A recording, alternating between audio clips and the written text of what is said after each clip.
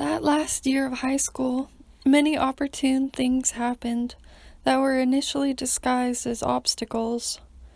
Holly Running Bull and her family moved to the Pine Ridge Reservation when her parents split up, leaving her younger brother Roger with his dad, while she, her mom, and sisters moved to South Dakota. Mom lost her teaching job and started working nights at the group home. Mom made Laine go to the new high school a half-an-hour car ride away, where she didn't know anyone. Yet there ended up being more opportunities at the new school, and Laine got to go to college, even though she didn't have much money. It was thanks to the scholarship package the school counselors handed out. She was able to go to in-state to the University of Montana while she studied writing and literature. She read the biography of James Joyce in her Ulysses class and was also taking pre-Norman Irish literature, her favorite. She studied Carl Jung in her philosophy class and liked his ideas about dreams and the collective unconscious, and how we are all connected through our unconscious psyche, every human and animal, and how when one's vibration is raised, it lifts the entire planet. That's what she interpreted it as anyway. The day she learned Dad had died, she was about to start her sophomore year of college. For some reason, she crawled under the desk and just lay there. She still liked being under desks, apparently. Mom and Ashley came to see her. Ashley still lived at Mom's at the time, and as she did throughout high school, so that they were almost like sisters, but they didn't always get along or go to the same school.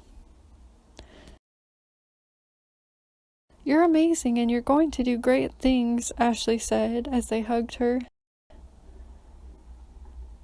She didn't know that many opportunities would open up, even with hardship, and one was she got to go to Ireland on an exchange program her senior year.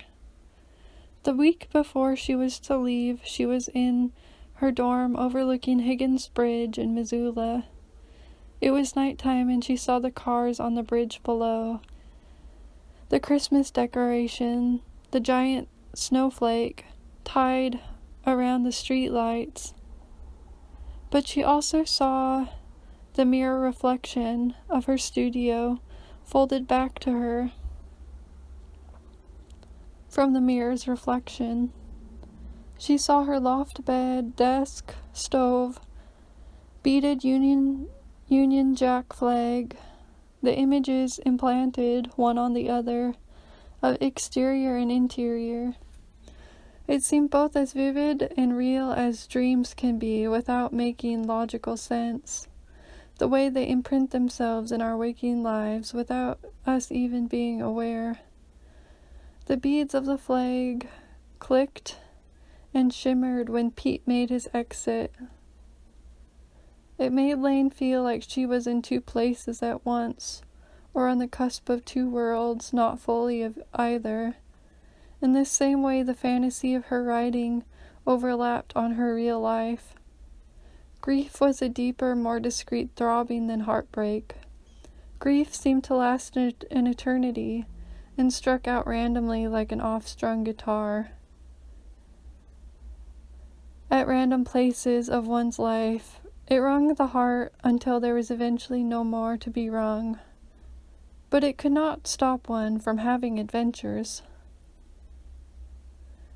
She was not from a rich family, but she still got to go many places.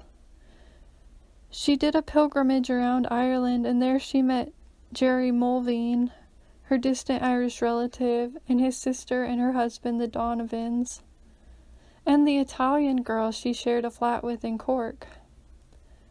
She stayed longer than the border control allowed, not wanting to go back home. But as it is, grief follows one everywhere. Grief halts time and makes it seem to go very slowly. During its process, a lot seemed to happen, yet nothing at all. It was like living through a groggy daydream. And it is in this state that the next 8 years of her life can be briefly summarized.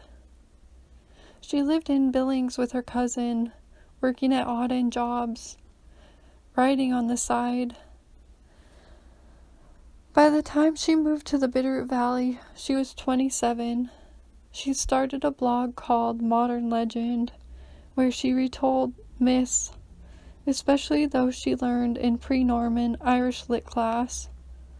Only in her blog she injected them with her own emotionality.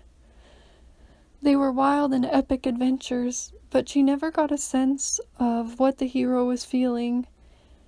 And at the time it was heartbreak she was feeling when Max and Ashley started going together.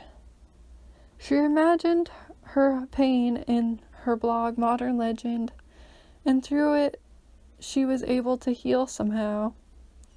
It was like she's being transformed through her creation to reach her higher self, or become the person who would make her dreams come true. Heartbreak was different than grief. Heartbreak was like being zapped by an eel, run over by a bull, and being flung off one of the cliffs at the northernmost point of Ireland, with the shrapnel sea below. That's what happened in the cattle raid of Cooley, and now Laine was experiencing it in real time. All those things happened to Cuchulainn, while Morgan tried to get back at him for breaking her heart. But really, it was the reverse, and the feeling of being unable to forgive, which was tearing her up inside. So that's where we find Laine, at 27 years of age, living alone on Roman Hill in the Bitterroot Mountains. And this is where the story begins.